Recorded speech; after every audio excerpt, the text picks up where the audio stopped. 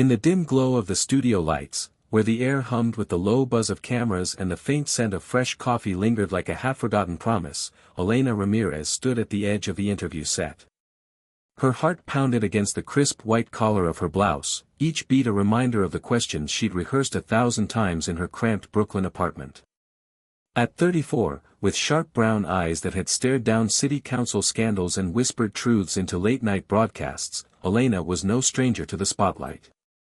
But tonight, facing the man across from her, former President Donald Trump, his trademark red tie unyielding as his gaze, she felt the weight of a nation pressing down. The audience, a sea of shadowed faces beyond the glass, leaned in, hungry for the clash they'd been promised, the fiery reporter versus the unfiltered icon. Little did they know, the real story was about to unfold not in confrontation, but in the quiet spaces between words. Elena adjusted her microphone, the cool metal grounding her as the director's voice crackled in her earpiece. "We'll live in 5, 4. She smoothed her notes, her mind flashing to the lead question, "Mr. President, how do you reconcile your administration's policies with the families torn apart at the border?" It was pointed, necessary, the kind of journalism that had earned her a Peabody nomination last year.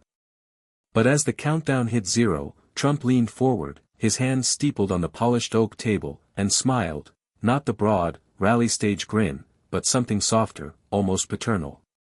The studio held its breath. Elena opened her mouth to speak, but he beat her to it.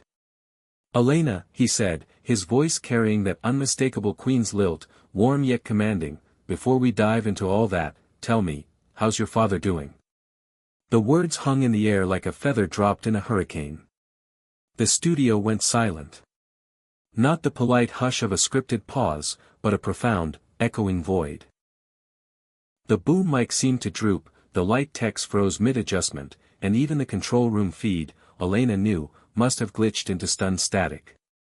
Her notes slipped from her fingers, fluttering to the floor like surrendered flags. How did he know? Her father's battle with pancreatic cancer was a private storm, shared only in tear-streaked calls to her mother and the sterile confines of Mount Sinai's oncology ward. It wasn't in any press release, no viral tweet or tabloid whisper. Yet here was Trump, eyes locked on hers, asking about Papa with the genuine curiosity of an old friend.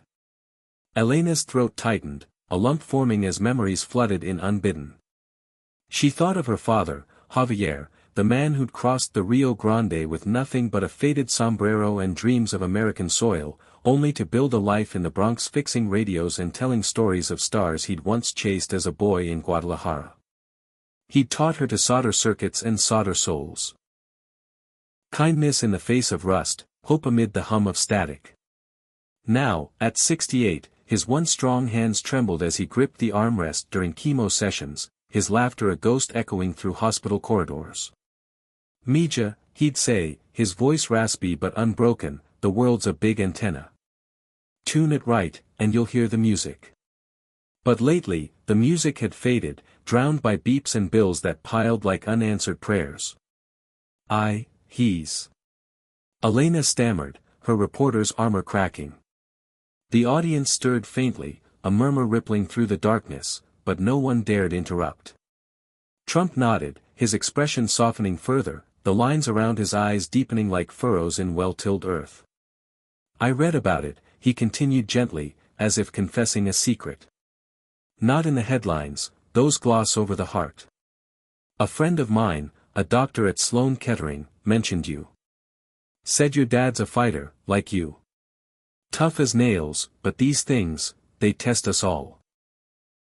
It was an unexpected turn, this pivot from politics to personhood, and Elena felt the room tilt. Was this deflection, a masterful sidestep? Or something more? She searched his face, probing for the artifice she'd been trained to expose, but found only raw recognition, the kind that comes from burying parents under the glare of a nation's expectations. As the silence stretched, Elena's mind raced back to her childhood, to the summer evenings when Javier would perch her on his knee in their tiny living room, the glow of his workbench casting golden halos on the walls. "See this, Elena? A broken wire, a lost signal, it's not the end. It's just a chance to connect deeper. He'd spin tales of his own father's kindness, a humble farmer in Mexico who once gave his last peso to a stranger on a dusty road, only to find that stranger returning days later with a basket of ripe mangoes and a lifetime of loyalty. Selflessness, Javier called it, the quiet currency of humanity that outlasted gold. Alyssa had carried that lesson into her career, chasing stories not for glory, but for the flicker of truth that could mend a fractured world. Yet in the cutthroat arena of cable news, where sound bites sliced like scalpels, she'd begun to wonder if such ideals were relics, as outdated as the vacuum tubes her father cherished. Trump leaned back, his chair creaking softly, breaking the spell just enough to let Alyssa breathe. "You know," he said, his tone shifting to that storytelling cadence that had rallied millions, "my father, Fred, he was a tough old bird. Built half of New York with his bare hands, or so it felt. But when he got sick, Alzheimer's gnawing at him like termites in the foundation, well, it humbled me. Made me see that all the deals, the towers, the wins, they're just noise if you forget the people holding you up." The confession landed like a stone in still water, ripples spreading through the studio. Alyssa blinked, her vision blurring.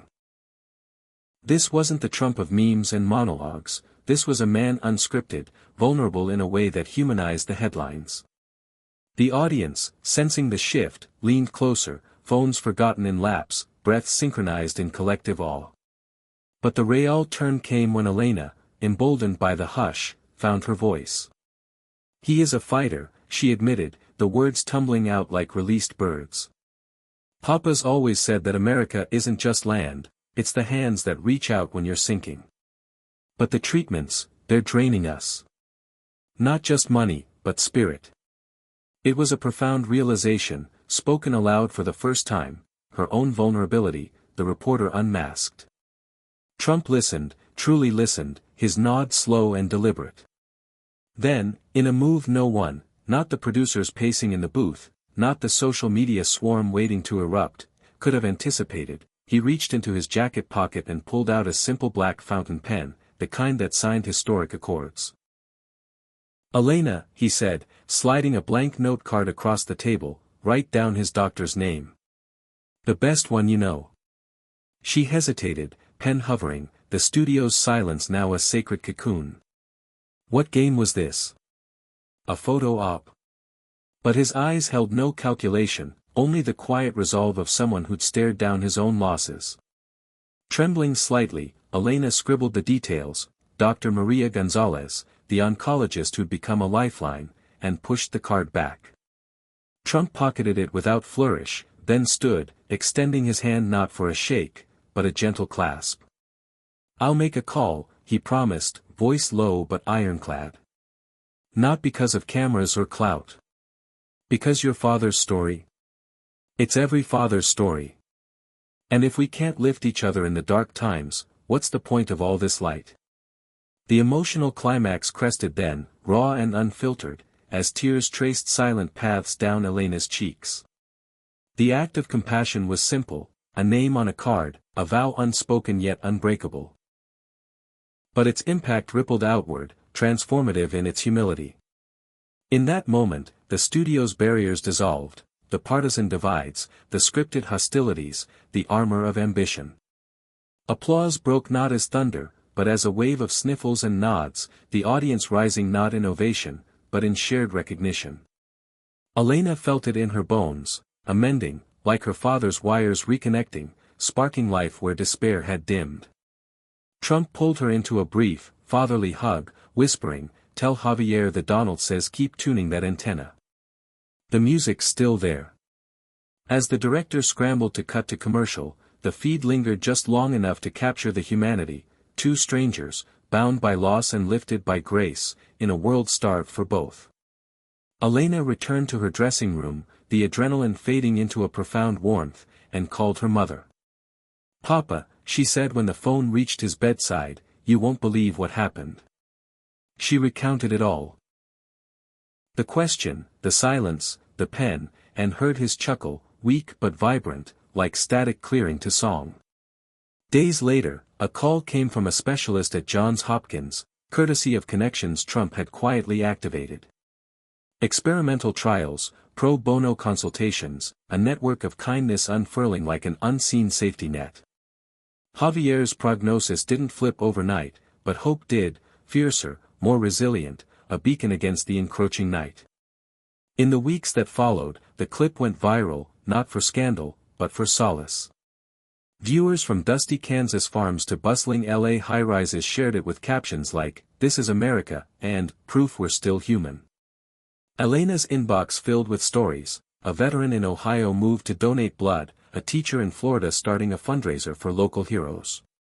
The unexpected turn had become a turning point, reminding a divided nation that selflessness isn't partisan, it's primal, the thread weaving us all. Trump, true to form, tweeted a single line.